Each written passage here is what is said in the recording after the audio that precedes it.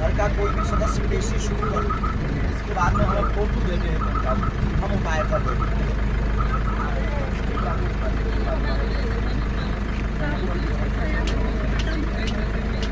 बाबू को भी झटका आता है कि कुछ गौर किया आप लोगों ने वीडियो में? देखिए, ध्यान से देखिए, इस वीडियो को ध्यान से देखिए, उसके बाद आप सोचिए कि इस वीडियो में क्या नया है।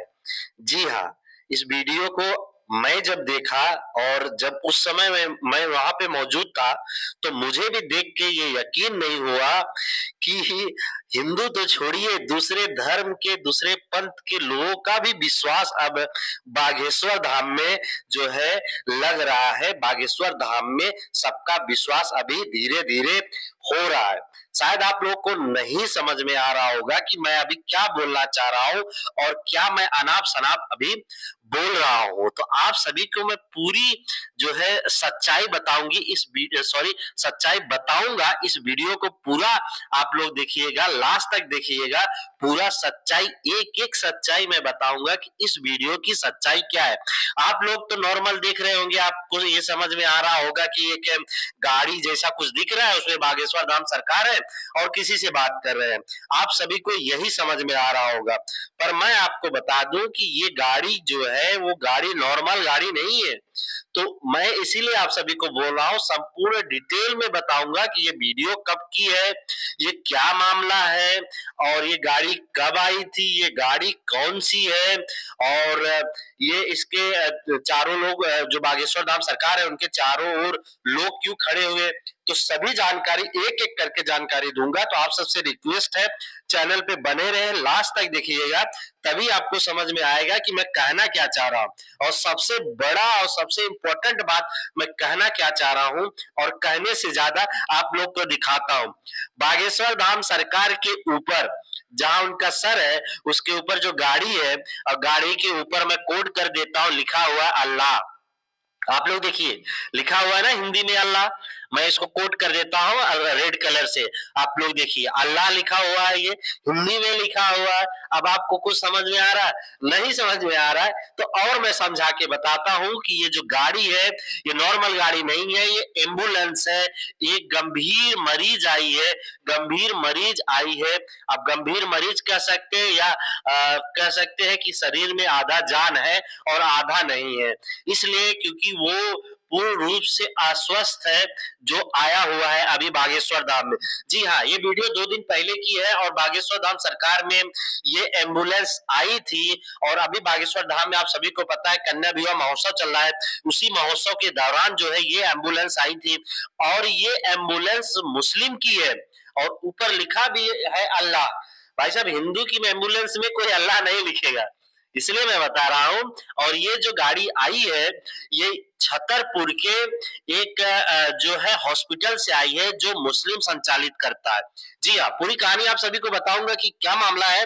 बस एक ही रिक्वेस्ट है, बार बार रिक्वेस्ट है कि पूरी वीडियो देखिएगा, तभी आपको सारी चीज समझ में आएगी। अब मैं ये आप सभी को पूरी कहानी बताता हूँ। पूरी कहानी ये हुआ है, एक छतरपुर का मुस्लिम जो है मुस्लिम का जो है एक हॉस्पिटल था, उसमें एक इलाज करने के लिए आती है, एक औरत आती है, तो उसको वहां पे जो है वो बहुत सीरियस हो जाती है और डॉक्टर ने भी ज्यादातर जवाब दे दिया है। कुछ डॉक्टरों का कहना है कि दवा और दुआ दोनों कर लो, तो डॉक्टर से लाजमी है, कोई भी डॉक्टर हो दवा दुआ के लिए दोनों भी कहते हैं। और बहुत सारे डॉक्टर जो सजेस्ट भी करते हैं और बहुत नहीं भी सजेस्ट करते, तो वो मामला अलग हो गया। तो इनके परिवार के लोग जो है इनको समझ में आता है कि नहीं, हमें बागेश्वर धाम जाना चाहिए। अब मैं ये बता दूं कि इसमें जो है आपको बागेश्वर धाम सरकार के पीछे एक लड़का खड़ा होगा जो कि छोटा सा लड़का है, जो कि वो माथे पे चंदन लगाया हुआ है और उस ऊपर लिखा हुआ है जय श्री राम। ठीक है, तो उसके जो मुस्लिम हॉस्पिटल से आए हुए थे ये लोग जो है मुस्लिम जो हॉस्पिटल था वहीं का, उनका एम्बुलेंस भी उन्हीं का था, तो उन्होंने एम्बुलेंस प्रोवाइड किया है। और ये जो औरत है वो एक्चुअल में मुस्लिम है और वो ऐसे माहौल में रहती है, ऐसे हिंदू जो है गांव के पास रहते हैं ये लोग कि काफी हिंदू इनके दोस्त भी हैं, तो वो लोग जो है इनको लेके यहाँ पे आते हैं। यानी कि हिंदू परिवार जो है मुस्लिम परिवार को लेके बागेश्वर धाम में आता है और उस मुस्लिम पर्सन के एम्बुलेंस से, जी हाँ, ये पूरी कहानी यही है। और उस एम्बुलेंस से बागेश्वर धाम में आता है वो मुस्लिम परिवार, और बागेश्वर धाम सरकार जो है जैसे उनको खबर मिलती है अंदर वो बैठे रहते हैं, और जैसे उनको खबर मिलती है वो फटाफट दौड़ते हुए वो एम्बुलेंस के पास आते हैं और सीधा उस परिवार के पास पहुंच जाते हैं और अंदर खुद चढ़ के जाते हैं। वो जो बीमार महिला थी उसको देखते हैं, उसका हालचाल जो है तो लोग बताते हैं कि क्या कंडीशन कैसा है, तो वो कहते हैं कि इनका फोटो जो है एक हमारे पास जमा कर दीजिए और कुछ जो है मंत्रोपचार मैं कर देता हूँ, ये ठीक हो जाएंगी, स्वस्थ हो जाएंगे। जी हाँ, इनका बागेश्वर धाम सरकार का कहना ये है कि इनके ऊपर जो है कोई निगेटिव एनर्जी है जो कि इनके घर और इनको परेशान कर रही है, तो उस निगेटिव एनर्जी को ये दूर कर देंगे तो ये जो महिला है ये स्वस्थ हो जाएगी। अब इसी कारणवश जो है इन्होंने एक फोटो मंगाया हुआ है इनके परिवार से, और इनके परिवार के लोगों को कहा गया है कि आप जो है बागेश्वर धाम में पेशी के लिए आइएगा, परिक्रमा करने के लिए आइएगा, कम से कम 21 जो है पेशी आपको करनी होगी, उतने में ही ये पूरा परिवार जो है स्वस्थ हो जाएगा, अच्छा हो जाएगा, ठीक हो जाएगा। जी हाँ, इस तरह के जो मुस्लिम परिवार है बागेश्वर धाम में बहुत आते हैं। भाई साहब, मैं खुद कितने लोगों को पकड़ा हुआ हूँ और कितने लोग को मैं आप, क्योंकि मैं इसलिए नहीं दिखा सकता उनका सामने, कहना भी ये होता है, देखिए इसमें भी फेस नहीं दिखाया, कहना ये होता है कि मान लो फेस दिखा दिए या मैं उनको पकड़ के इंटरव्यू ले भी लिया या उनसे बात करके उनका इंटरव्यू ले भी लिया, तो क्या होता है उन्हीं के समाज के लोग उनका विरोध करना चालू कर देते हैं और बेचारे जो अपने दुख तकलीफ को दूर करने के लिए आए हैं वो अच्छे खासे बेचारे अच्छे खासे प्रॉब्लम में फंस जाते हैं। इसलिए उनका कहना होता है कि हम तो मानते ही हैं पर हमारे समाज के कारण कुछ ऐसे लोग हैं जिनके कारण जो है हम खुले तौर पे नहीं आ सकते हैं, क्योंकि हमको भी उस समाज में रहना है, उस गांव में रहना है, उस इलाके में रहना है।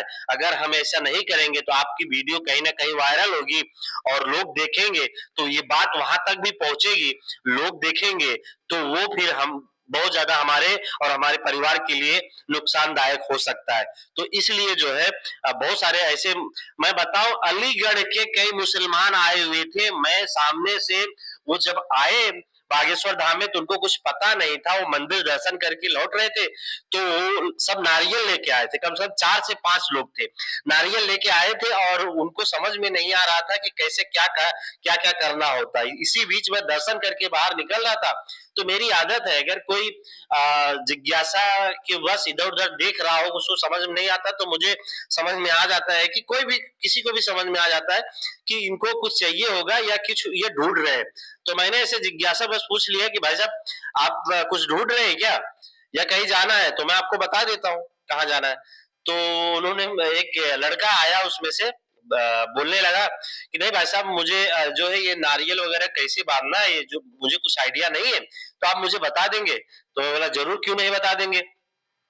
तो ऐसी बातों बातों में मैंने उनका नाम पूछ लिया, तो उन्होंने, एक का नाम था मोहम्मद रिजवान और एक का नाम था अब्दुल करके कोई नाम था, तो और ऐसे 4-5 लोगों का नाम, तो मैं समझ गया, फिर ज्यादा लोगों का नाम पूछा नहीं। मैं मोहम्मद रिजवान इसलिए बोल दिया क्योंकि ये नाम कॉमन है, तो बहुत सारे का नाम होता है, कोई एक विशेष मैं एड्रेस नहीं बता रहा उनका।